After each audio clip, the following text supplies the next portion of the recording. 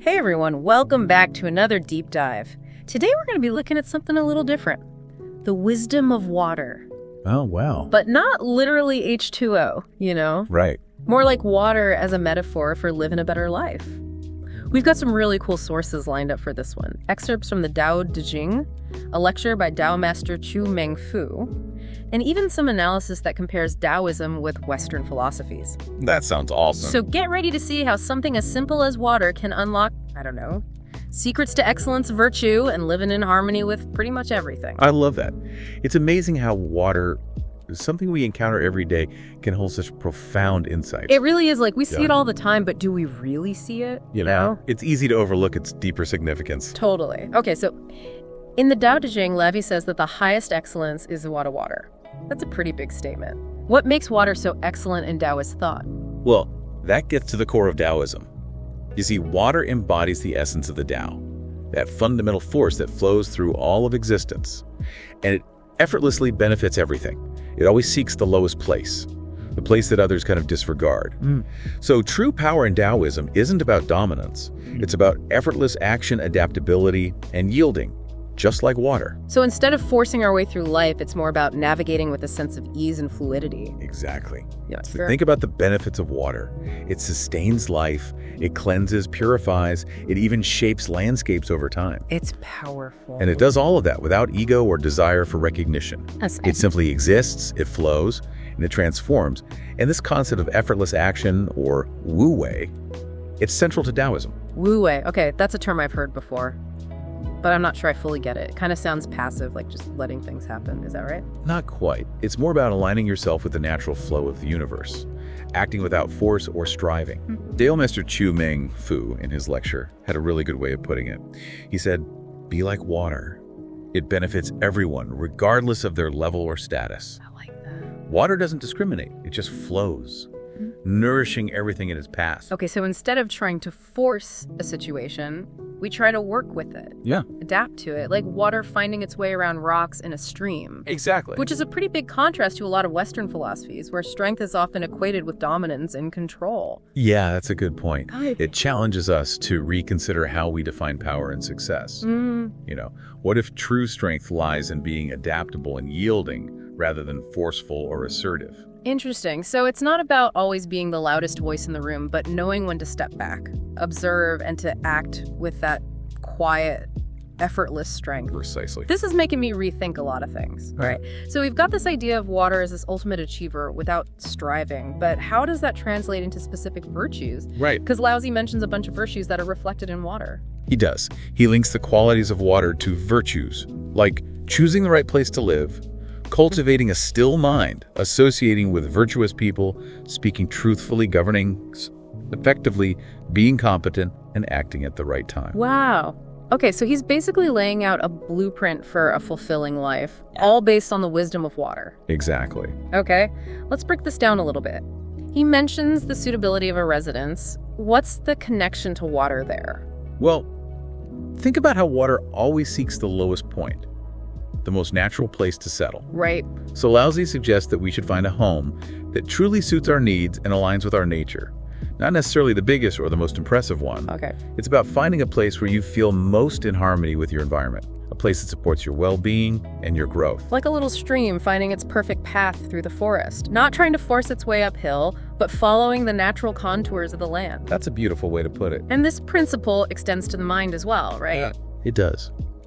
Just as a calm pool of water reflects things clearly, Laozi says that a still mind reflects the world accurately and allows for wise decisions. He talks about this abysmal stillness as the key to clarity and insight. It's about cultivating inner peace amidst the chaos of life. Abysmal stillness. That's a powerful image, so deep and profound. But how do we actually achieve that in our busy modern world? It's definitely a practice. It's not like a destination, you know? And it involves techniques like meditation, mindfulness, cultivating an awareness of our thoughts and our emotions. The key is to find those practices that help you quiet that mental chatter and connect with that inner stillness. So finding our own personal version of a still pool, a place where we can reflect and see things more clearly. Exactly. That makes sense. What about the people we surround ourselves with? Laozi mentions that too. He does. He emphasizes the importance of associating with virtuous people. Those who embody goodness and encourage us to grow. Just as water nourishes and sustains life, we should seek relationships that uplift and inspire us, helping us to live in alignment with the Tao. Think about the company you keep and how that shapes who you become. It's like, are we choosing to swim in clear, life-giving water, or are we wading in something stagnant and murky? That's a powerful analogy. Right. Our connections, our interactions, they all have a profound impact on our journey. Choosing to be around those who reflect the qualities we aspire to is a really powerful way to nurture our own growth. It makes you think about the energy we allow into our lives. Okay, moving on to words. Laozi says that the excellence of speech lies in trustworthiness. How does that connect to the water metaphor? It's about clarity and transparency. Just as clean water is pure and essential, honest words build trust and foster harmonious relationships. Right. But deceitful or manipulative words create discord and distrust. Much like polluted water can disrupt an ecosystem. So it's not just about what we say, but how we say it. Are we speaking with sincerity and integrity, or are we polluting the conversation with hidden agendas? It's a reminder to speak with intention, letting our words reflect our inner truth and alignment with the Tao. It's about building trust through authentic communication, just as water nourishes and sustains life through its purity and clarity. This is fascinating. It's amazing how even something as simple as water can offer these really profound insights into how we live our lives. Now, even governing a country gets the water treatment in the Dao De Jing, right? How does that work? It does.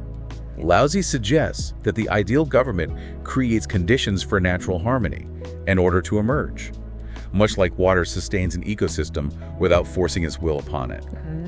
And he's not talking about specific policies here, but rather the overall approach to leadership.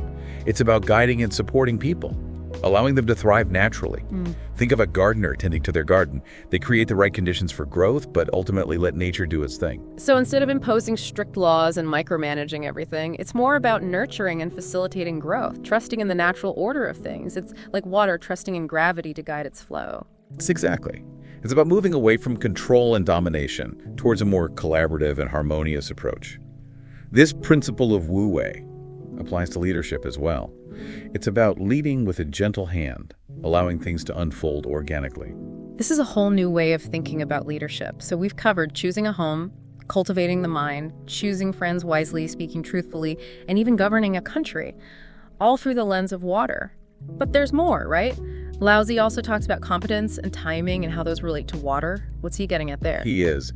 And this is where we see the dynamic nature of water come into play. Yeah. Think about how incredibly efficient water is in its actions. Yeah. It doesn't waste energy trying to force its way uphill. It follows the path of least resistance, adapting to the contours of the landscape. And that's the Daoist ideal of effortless action, achieving results through skillful means rather than brute force. So instead of struggling and pushing against obstacles, it's more about finding the most effective, harmonious way to navigate them, kind of like work smarter, not harder. You got it. Water has definitely mastered that. Now, timing. This is where water's sensitivity to the natural rhythms of the world comes in.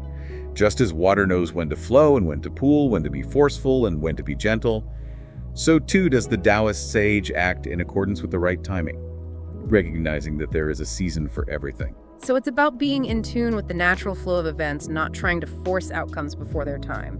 Like a farmer waiting for the perfect moment to plant seeds. Patience and timing are everything. Precisely.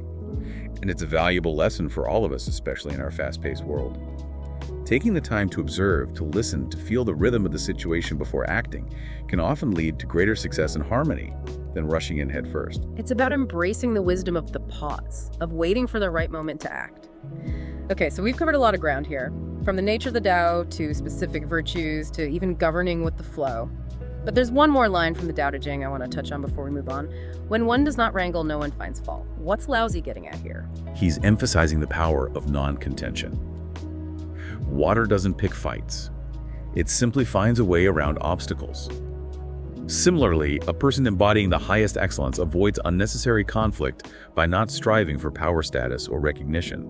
So it's about choosing your battles wisely, or maybe even choosing not to battle at all. Is that what he's saying? It's a profound shift in perspective, moving away from a win-lose mentality towards a more collaborative and harmonious approach. What if instead of trying to win arguments, we focused on understanding different perspectives and finding common ground? What if, like water, we sought to nourish and benefit all rather than dominate or control? Wow, that's really making me think. So much for assuming Daoism was all about passive acceptance. There's real strength and wisdom in this idea of non-contention. Okay, this has been mind-blowing, but I think we need to take a pause here and let all of this soak in. Welcome back. So we've been exploring this idea of water as a model for living, but how does all this ancient wisdom actually apply to our lives today? You know, things are so different now. That's what makes it so fascinating. We live in a world that's constantly changing. Technology, information, even our social norms. It's all in flux. Right. And in such a dynamic environment, being adaptable like water flowing around obstacles becomes even more valuable, I think. Yeah, makes sense. Think about it this way. Water doesn't try to force the riverbed to change. Right. It adapts to the terrain. So instead of clinging to these rigid ideas or outdated ways of thinking, we need to be more flexible, open to new possibilities. Exactly. It's about cultivating resilience and resourcefulness. Just like water finds a way to nourish and sustain life, even in the harshest environments. Instead of feeling overwhelmed by change, what if we learned to dance with it?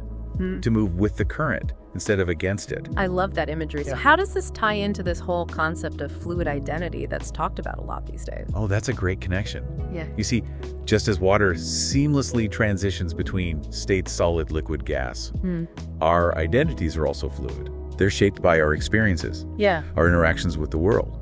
And that's not about fitting ourselves into these rigid boxes or labels, but recognizing that we are constantly evolving, just like water. So we're all part of this interconnected flow, constantly changing and adapting. Precisely.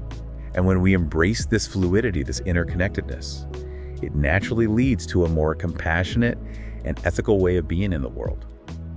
You start to see yourself reflected in others, and we understand that our actions have ripple effects. Kind of like how a single drop of water can create ripples that expand outward. Yeah. Our choices, even the small ones, can have a real impact on the people around us and the world as a whole. Exactly. It's a powerful reminder to live consciously. Yeah. Recognizing that we're all part of something bigger than ourselves. Okay. So we're talking about being adaptable, fluid, interconnected. It's all starting to click. Now, I can't help but think of Bruce Lee when I hear all this. He was all about being like water, right? You got it, Bruce Lee, the martial arts legend. He also saw water as this ultimate symbol of strength and adaptability. He emphasized its formlessness, its ability to adapt to any container, to flow around obstacles, to crash with incredible force. It's a perfect embodiment of Wo Wei, achieving great things through effortless action, through aligning yourself with the natural flow of energy. So it's not just about physical strength, but mental and emotional resilience as well. Being able to handle whatever life throws at you with that same fluidity and grace. Absolutely.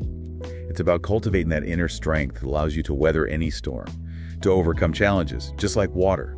Think about how water can carve canyons, erode mountains, even extinguish fire. It's gentle, yet incredibly powerful. This is so inspiring. But if we're supposed to be like water, always seeking the lowest place, does that mean we should never stand up for ourselves or our beliefs? Wouldn't that make us pushovers? That's a great question, and it points to an important nuance in Daoist thought. Humility and non-contention are key. But it's not about being passive or letting others walk all over you. Remember, water is incredibly powerful. Right. It can wear down rock, reshape landscapes. Exactly. It's about knowing when to yield and when to stand firm, when to flow around obstacles and when to confront them head on. Discerning the right course of action in each situation, just like water adapts to the terrain. So sometimes it's about gentle persistence, like water gradually eroding rock, and other times it's about a more assertive approach, like a powerful wave crashing against the shore. Precisely. It's not a one-size-fits-all approach. It's about being flexible, adaptable, and responsive to the needs of the moment, just like water. And that requires a deep understanding of ourselves, our values, and the situation at hand. It's like we need to become masters of our own inner currents, learning to navigate the ebb and flow of life with wisdom and grace. Okay. This has been incredible. We've gone from ancient philosophy to Bruce Lee to navigating the complexities of modern life. All through the lens of water. I'm feeling so inspired. You know, I think we've all felt that struggle at some point. Yeah. That feeling of swimming upstream, battling against the current, getting nowhere fast. But this whole deep dive, it's got me thinking, maybe there's a smoother way to navigate those challenges, you know? Absolutely, and that's the beauty of what we've been exploring today, isn't it, water? It's so much more than just an element. It's a profound teacher, a model for a more fulfilling and harmonious way of living. It really is. So, as we go about our days, let's try to remember the wisdom we've gleaned from water. Right. All those amazing qualities we talked about. Yes, let's cultivate that gentle strength, that adaptability, that quiet resilience, the qualities that allow water to nourish and shape the world around it. Let's be like water, my friend, flowing with grace, adapting to change, always seeking to benefit all. I love it. And the next time you encounter water, whether it's a flowing river, a tranquil lake, or even just pouring from your tap, take a moment to pause and reflect. I like that. Think about its qualities, its wisdom. Yeah. How can you bring more of that gentleness, adaptability, and quiet strength into your own life? How can you be more like water? That's a great question. One we should all be asking ourselves. This deep dive has been so insightful. It's amazing how much wisdom we can find in something as simple as water. Isn't it? And I have a feeling we've only just dipped our toes into this vast ocean of Daoist philosophy. Indeed. There's so much more to explore. And remember, the journey of self-discovery, much like the journey of water, is a continuous flow, an ongoing process of adaptation and transformation. So keep exploring, keep learning, keep flowing. Until next time.